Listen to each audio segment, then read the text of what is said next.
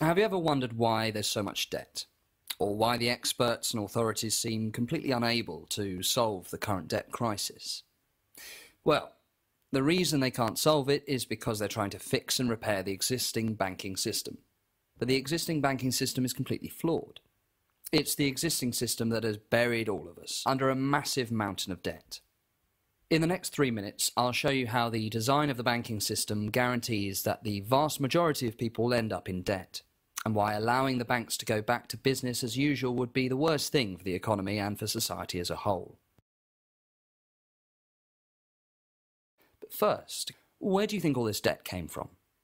Many people would assume that a bank needs to get money from a saver before it can make a loan to a borrower.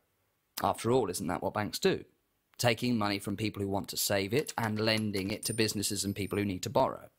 Well, not exactly. Here's a fact that not many people know. A bank doesn't actually need to have any real money before it can make a loan to someone. When you take out a mortgage from the bank doesn't take that money from somebody's grandma's life savings. No, instead, they simply open up a computer and type some numbers into your account. You get a huge wad of money in your account, and you also get a huge wad of debt that you'll be repaying over the next 25 years. But the money that you borrowed was created out of nothing and just typed into your account. Well, we know that's hard to believe, but you don't need to take our word for it.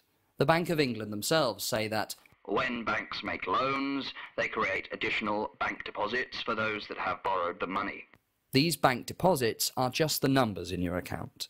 And Martin Wolf, the chief economics editor at the Financial Times, says that the essence of the contemporary monetary system is the creation of money out of nothing by private banks, often foolish lending.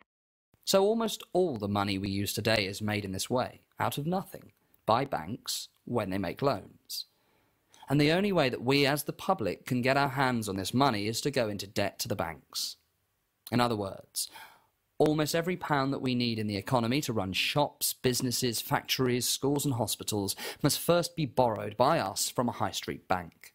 And if one person has £1 million, the rest of us must be £1 million in debt.